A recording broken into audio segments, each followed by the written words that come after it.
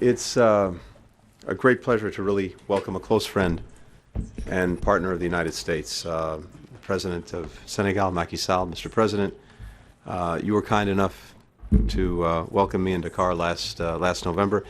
It's a pleasure to be able to help reciprocate and have you here this week in Washington. And Senegal's worked very closely with us to ensure the success of this summit. We're grateful for that. I really want to commend your leadership, both in Senegal itself, but also in leadership of the African Union as the chair, in what has been a very challenging year. But I think the leadership that you've shown on dealing with everything from COVID to food insecurity has been important and made significant contributions to helping get through these dual challenges. Senegal is a very strong partner with us on security cooperation, on building economic prosperity, confronting the climate crisis, dealing with a whole host of regional issues. And so, Mr. President, today, thank you for taking the time. It's very good to continue the conversation and the partnership that we have between us. Welcome. Merci beaucoup, Monsieur le Secrétaire.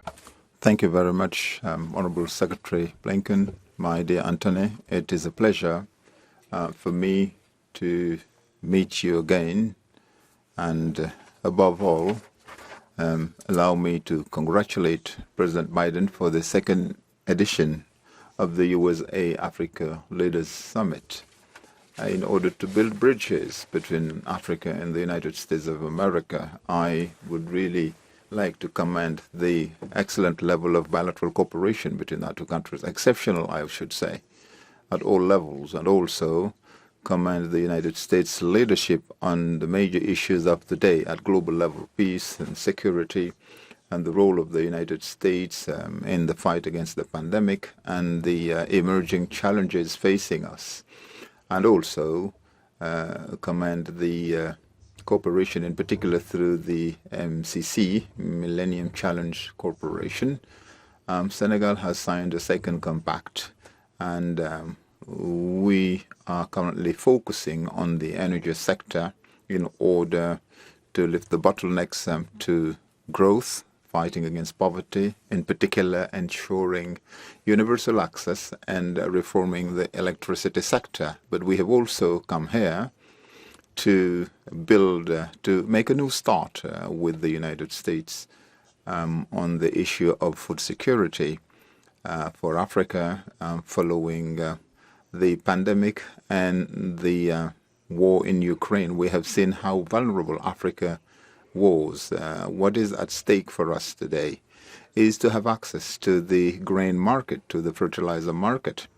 I have no doubt that the United States will be able to help us access the market at conditions that are market conditions, i.e. fair prices. This will not only help Africa, but beyond access to grain and fertilizers, we also need to build a new agriculture, a new African agriculture that is resilient and based on technology, irrigation technology, investment. And on all of these issues, we have planned to have thorough discussion with our American counterparts. I have already seen the draft declaration or draft statement for this summit, which is very encouraging going forward, and we are fully supportive of it. And we would also like to commend the historic position of President Biden, and I think he'll confirm as much with regard to granting African Union place at the G20. And I think this will help build strong cooperation with Africa in a more dynamic way.